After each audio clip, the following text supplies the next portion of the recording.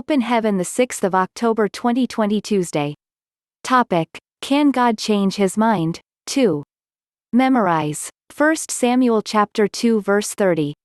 Wherefore the Lord God of Israel saith, El said indeed that thy house, and the house of thy fathers should walk before me forever, but now the Lord saith, Be it far from me, for them that honor me I will honor, and they that despise me shall be lightly esteemed. Bible reading, 1 Samuel chapter 2 verses 27 to 36. And there came a man of God unto Eli, and said unto him, Thus saith the Lord, Did I plainly appear unto the house of thy father, when they were in Egypt in Pharaoh's house? And did I choose him out of all the tribes of Israel to be my priest, to offer upon mine altar, to burn incense, to wear an ephod before me? And did I give unto the house of thy father all the offerings made by fire of the children of Israel? Wherefore kick ye at my sacrifice and at mine offering, which I have commanded in my habitation, and honorest thy sons above me, to make ourselves fat with the chiefest of all the offerings of Israel my people? Wherefore the Lord God of Israel saith, I said indeed that thy house, and the house of thy father, should walk before me forever, but now the Lord saith, Be it far from me, for them that honor me I will honor, and they that despise me shall be lightly esteemed. Behold, the days come, that I will cut off thine arm, and the arm of thy father's house, that there shall not be an old man in thine house.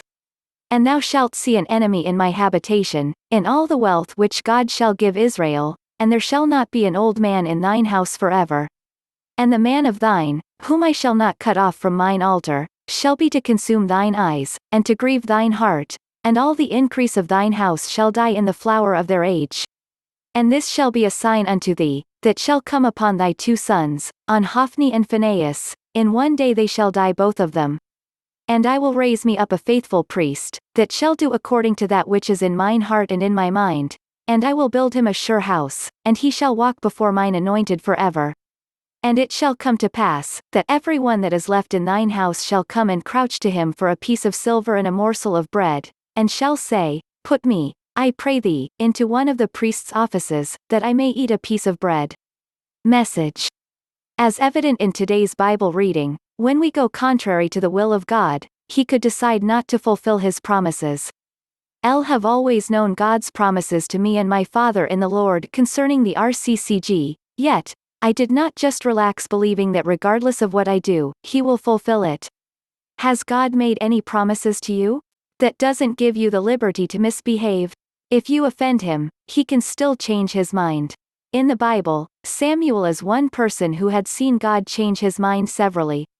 First, as a child, he witnessed how God rejected Eli, destroying his family and legacy in one night. He also saw how God rejected Saul after having chosen him by himself.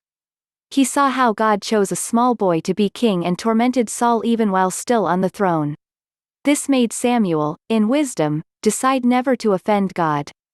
His solid reputation is evident in his speech to the Israelites in 1 Samuel chapter 12 verses 3 to 4.